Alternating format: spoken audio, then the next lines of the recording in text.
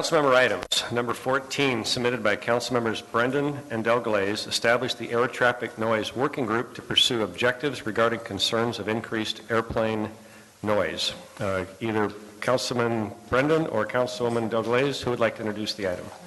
Yeah, I'll start. As we heard tonight, there's a lot of concern amongst our residents about the increase in air traffic noise related to frequency of flights, altitude of the flights, and current flight path into Long Beach Airport. Councilmember Delglaze and I brought this forward in August, but pulled the item because we wanted to do a little further research, and we've done more research since then. In fact, since then, we met with a representative from Congressman Rohrabacher's office to discuss the issues and received an offer of help in working with the FAA, obtaining data from them to help make our case. In September, we met with an attorney and former Newport Beach Mayor Thomas Edwards, who serves as a consultant to the city of Newport Beach on issues related to the airport, and was also party to the negotiated settlement between John Wayne Airport and the city of Newport Beach that established the flight curfew as well as limits on noise and the number of passengers and departures. So Mr. Edwards had some very keen insights to share with us.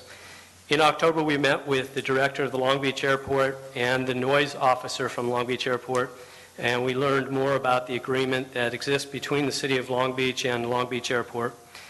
In that meeting, the airport director offered to assist us in trying to establish a line of communication and potentially a meeting with the FAA's Western Pacific Regional Administrator. In November, I attended a town hall meeting in Newport Beach where I learned of their tactics that they were utilizing to address their issues with the FAA and the airlines, and as we heard tonight from one of our public speakers, they were successful in coming to a settlement with them. So there's much to be learned from that. From all those meetings and outreach, we really came to the conclusion that we need to develop concerted effort and develop a comprehensive plan to deal with this issue. It is a complex issue. My proposal is to create what I'm calling the Air Traffic Noise Working Group, which would consist of 2 council members, which I would suggest would be myself and Ms. Delglaze, with support from staff and subject matter experts, and with the invited participation of up to 10 members of the community.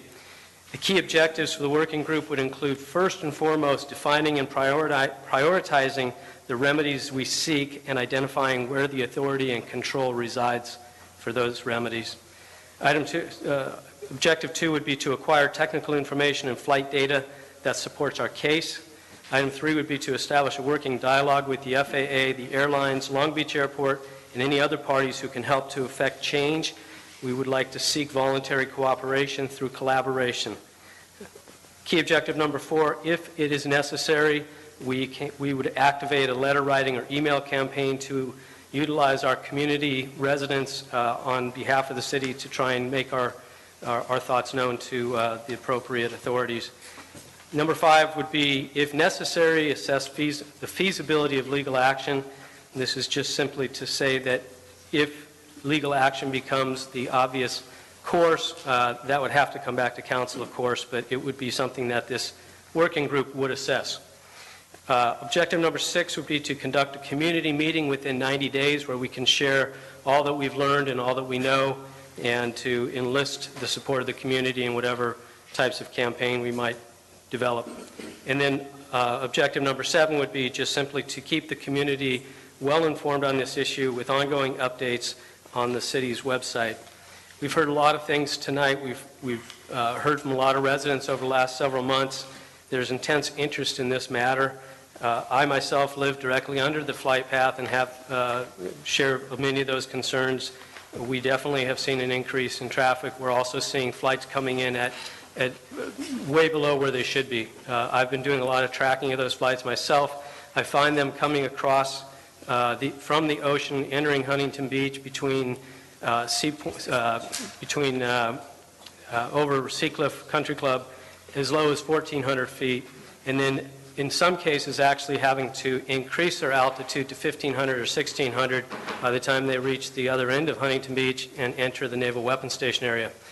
Whenever they need to increase their altitude, it means they have to apply thrust to their engines, and that increases the noise level. So Again, the glide slope, as was pointed out by one of our speakers, Mario, can easily support a much higher altitude approach. And so that would be, first and foremost, one of the key issues I think that we would seek.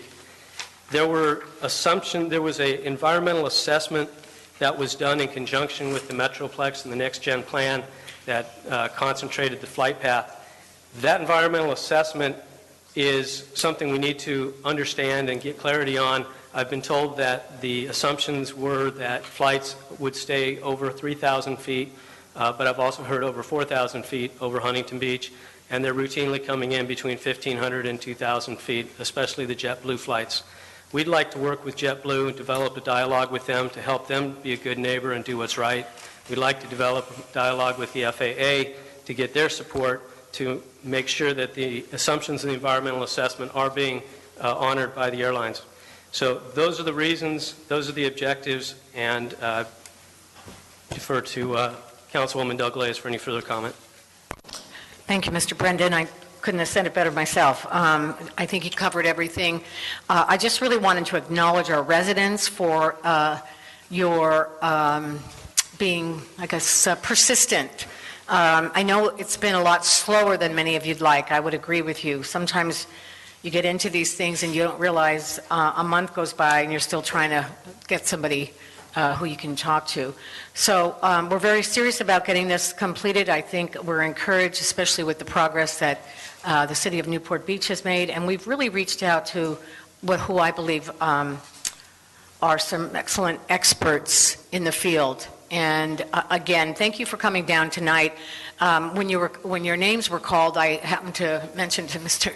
Brendan, I said, gosh, I already know these folks' names. It's because of all your emails. So I want to thank you for that. We will get this done. We will do what needs to be done to get a solution for our residents here in the city. So thank you again. Mr. O'Connell? Yes, I'm in full support of this item, and I will do everything I can to make sure there's a successful outcome to our residents. Mr. Brendan? Yeah, I'd like to move the recommended action with a slight modification, if I may introduce that modification for your consideration. It would read exactly as it is on the agenda item: establish the air traffic noise working group to be led by two city council members with support from staff and subject matter experts to pursue the objectives as defined in the statement of issue above, with the first meeting to be held on or around January 28th as schedules permit. And then I would like to add to that and work to be completed within 6 months. So that would be my motion.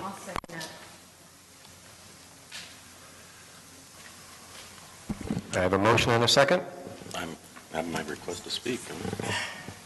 Oh. Mr. Peterson? Yes. So for the past few months, I know there hasn't been a lot of talk, but I have been reporting out, along with the mayor, that we have been in contact with the congressman's office, the congressman himself. But we already have a meeting set up. I'll give you a little history. They sat down with the congressman, the people of Newport Beach, Laguna, and they were trying to hash this out. And then out of the blue, Newport Beach did a lawsuit. Then Laguna jumped on and Orange County jumped on. And what that did is muzzled the FAA. So basically the FAA couldn't talk to us at all. They couldn't do anything until this was done. The lawsuit went up to DC because if you sue the federal government, that's where it goes. It goes to the Justice Department.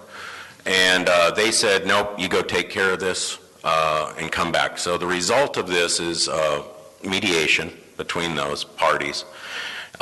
There wasn't a successful lawsuit or anything. They mediated a solution. So they're going to sign that solution this week or next week. It's already been presented to them. It's going to get signed by the FAA. Once that solution goes into place, that opens up the FAA to talk to us. One problem with that is now that they have an agreement with the FAA, that's not changing. And there's actually some groups in Newport who are already taking up arms because all they did in Newport was move it from one person to the next. And with this new program, they do like that straight line. They don't like fanning, which is, you know, a 2-mile glide strip, and you can come in at different places. So the mayor and I have been talking to Mr. Rohrbacher and his staff for months, and just as of, well, yesterday and then Saturday, we got a response from the FAA that once this is signed, they want a meeting with the mayor and I, and they want 4 to 5 community members in the affected areas. And they've been tracking, because you've been emailing them too, they've been tracking who's there, and whoever that is, it doesn't matter, as long as they can represent their affected area. There's about 3 affected areas. If you sort of look at the flight path, I live in one, Ms. Delglaze lives in one. I mean, we all hear it. And the FAA is going to be there. And basically they want to set up, or what they have planned is basically an all-day or 5 hours or more working meeting to bring in the experts, bring in the FAA, and start working on a solution where, because in the end the FAA has the jurisdiction. We could go to JetBlue all day, but if the FAA is the one who finds them, the FAA who sets those altitudes, that approach path and everything, and if we can find a better approach through a noise corridor, like the freeways where there's already a lot of noise, get those airlines higher, any of that, that's what this meeting's for. It's a working meeting, and like I said, it's set up the second that is signed. It's already set up. So I love this idea that we have. I mean, I think we need it. I think maybe if for some reason we come away from that meeting and feel nothing happened, that this is something we need to do. But if we start dumping city resources in right now, I mean, literally this is going to happen in the next 3 weeks. We're sort of burning the candle at both ends here. We're working on the same problem. And like I said, the mayor and I have been working on this for a long time, and frequently I report out that, he's trying to talk to the FAA, but they've really been gagged. And they're the ones who came up with the FAA in the meeting along with the residents. They don't want to get a huge crowd of residents there. They want representatives from each effective area, so it doesn't turn into, just yelling at the FAA. We actually want to work this problem out. So I don't know if you want to go forward with this right now, or if you want to table it for a couple weeks until like two council meetings, but it's sort of repetitive of what's already set up. And again, we didn't know about this until it came out Friday that the FAA came to this. They were they have their agreement they're going to sign, and then after that, that frees us up to talk to them. So I'd actually have a substitute motion to just table this item for 30 days to give us an opportunity to talk to them, and if nothing happens from that, then we can move forward this way. I see a lot of comments. Mr. O'Connell, you were first. Yes. I know Councilman Brendan and Councilwoman Delglaze have been working on this for months, so I would be in favor of moving forward with Councilman Brendan's motion. Brendan is next. Yeah, I appreciate Councilman Peterson's comments, and I'm glad to hear that the FAA and Congressman Rohrbacher has been helpful to us. As I look at the list of key objectives, I think that what's being done with Councilman Rohrbacher fits very well within objective number 3 of establishing a working dialogue with the FAA. I think to put this off for another 30 days is not what our residents would like. They would like to have a voice in this. The objective here as a working group is to have a working dialogue, not a group that's going to scream and yell at the FAA. We know that that's not probably the course that will produce the best results. So I don't think there's an inconsistency between the action that's being discussed with Congressman Warbracher and what is proposed in this agenda item. Ms. Dalglaze? Thank you, Mayor. My sentiments exactly. We have been working on this 4 months. As a matter of fact, one of the first people that we went and saw was Congressman Rohrabacher. I think it was about 4 months ago. Well, yeah, okay, 5 months ago. Anyway, I don't see a reason why these couldn't walk hand in hand. Partly because if your meeting is happening this week or whenever it's happening in a couple weeks. Great, a couple of weeks. We're going to get started right now. If there's a solution out of that in a couple of weeks, well, then great. We can bring it to this group. But I think with the encouragement that we've been giving our residents over the last few months, promising them a working group, that's what this was really about tonight. So I'm going to be in favor of moving this along. And if you want to come along, that's good too. Ms. Smeta?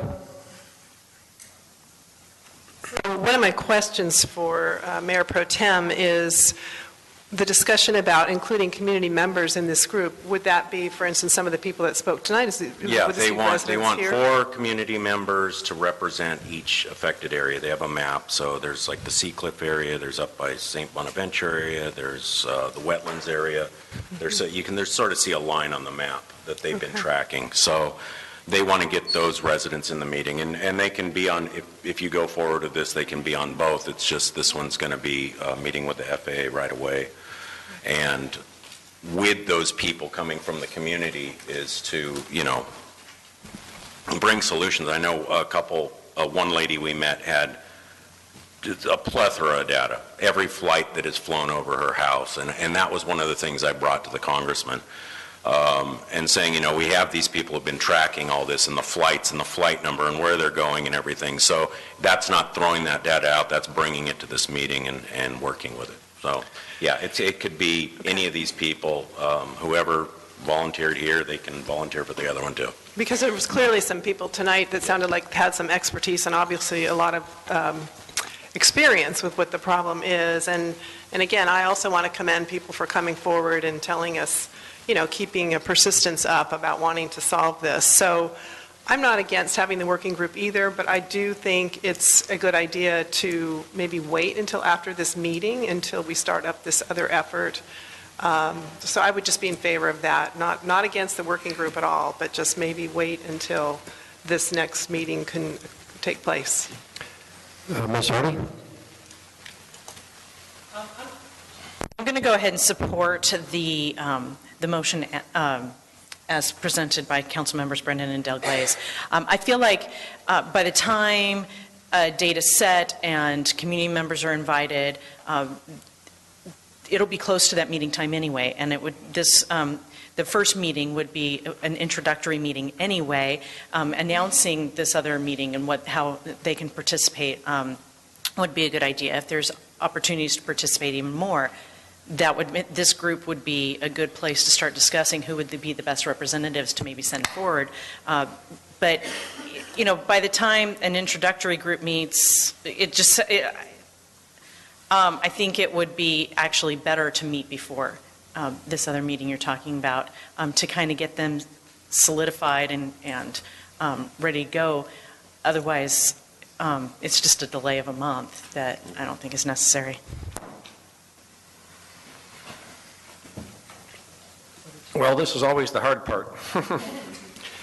And indeed, I echo Mr. Peterson's sentiments. I have also been speaking directly with the congressman and his staff and others, particularly in the Seacliff area, including a retired JetBlue pilot and some others.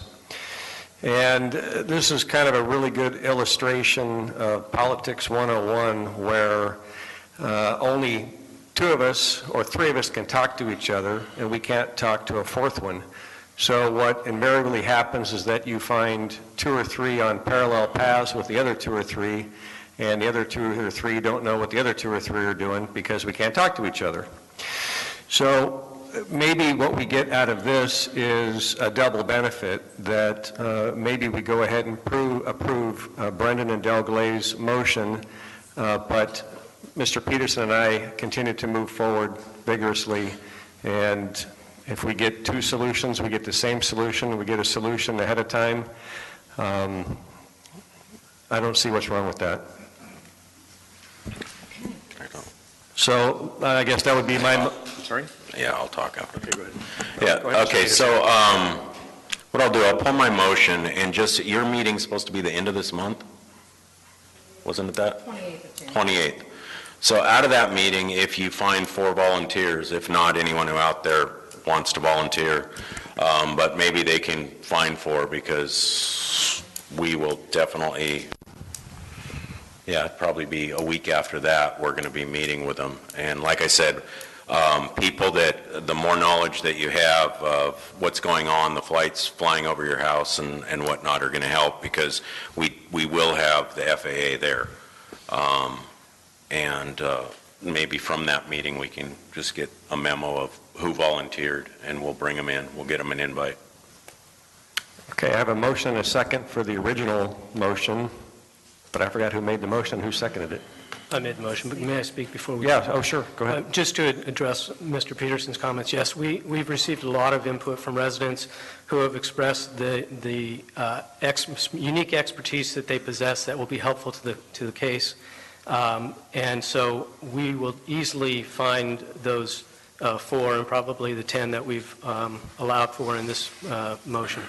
There are plenty of people out there that have really spent a lot of time studying this issue, understanding glide slope and approach patterns and so forth. So we'll definitely be able to find those volunteers. So can we have the, who's, I withdrew my motion. Yeah, I know. The original. Yes. yeah. And just, again, to clarify the motion, it's as stated plus the following, and the work to be completed within 6 months. We want to make sure that this has a limited time frame. Got it. Okay, please vote.